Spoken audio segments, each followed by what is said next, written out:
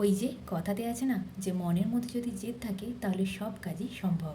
দেখবেন কোনো কোনো সময় এমনই হয় যে জেদের বশে কোনো কাজ করতে শুরু করেছেন আর সেই কাজটা খুব সহজে হয়েও গেছে। সো হ্যালো এভরিওয়ান, আমি সৃজনী। আপনারা সবাই কেমন আছেন? ছেলেকে স্কুল থেকে রুমে নিয়ে চলে এসেছি। তারপরে ছেলেকে ফ্রেশ করিয়ে নিজেও ফ্রেশ হয়ে গেলাম। ছেলে যেহেতু সকাল থেকে স্কুল থাকে তেমন তো আর খেলার সুযোগ পায় না, তাই স্কুল থেকে আসতে না আসতেই সোজা গাড়ি নিয়ে বসে পড়েছে খেলতে। আর আমার কি, রোজের যা ডিউটি, স্কুল থেকে আসার পরে ছেলের ব্যাগ চেক করা, ঠিকঠাক টিফিন খেয়েছে কিনা, জল খেয়েছে কিনা, হোমওয়ার্ক দিয়েছে কিনা, এই সমস্ত কিছুটা চেক করতে হয়। এই তো প্রত্যেক দিনেরই মতন কিছুটা টিফিন স্কুলে খেয়েছে আর কিছুটা টিফিন ঘরেও নিয়ে চলে এসেছে। আসলে ওর বয়সটাই বা কতটুকু, এখনও তো সমস্ত কিছুটা মেনটেন করতে পারে না। যাই হোক, ধীরে ধীরে বয়স বাড়ার সঙ্গে সঙ্গে সমস্ত কিছুটা শিখেও যাবে।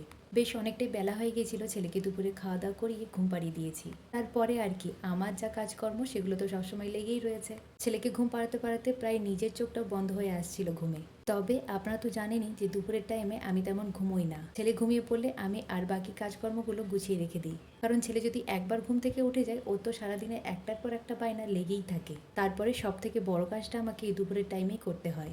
এই যেমন ধরুন, ভিডিও এডিট করা, সুন্দরভাবে ভয়েস ওভার দেওয়া। দুপুরে যখন ছেলে ঘুমিয়ে পড়ে তখন আমাকে এই সমস্ত কাজকর্মগুলো করে রাখতে হয়। সব থেকে বড় কাজ তো হলো ভিডিওতে ভয়েস দেওয়া।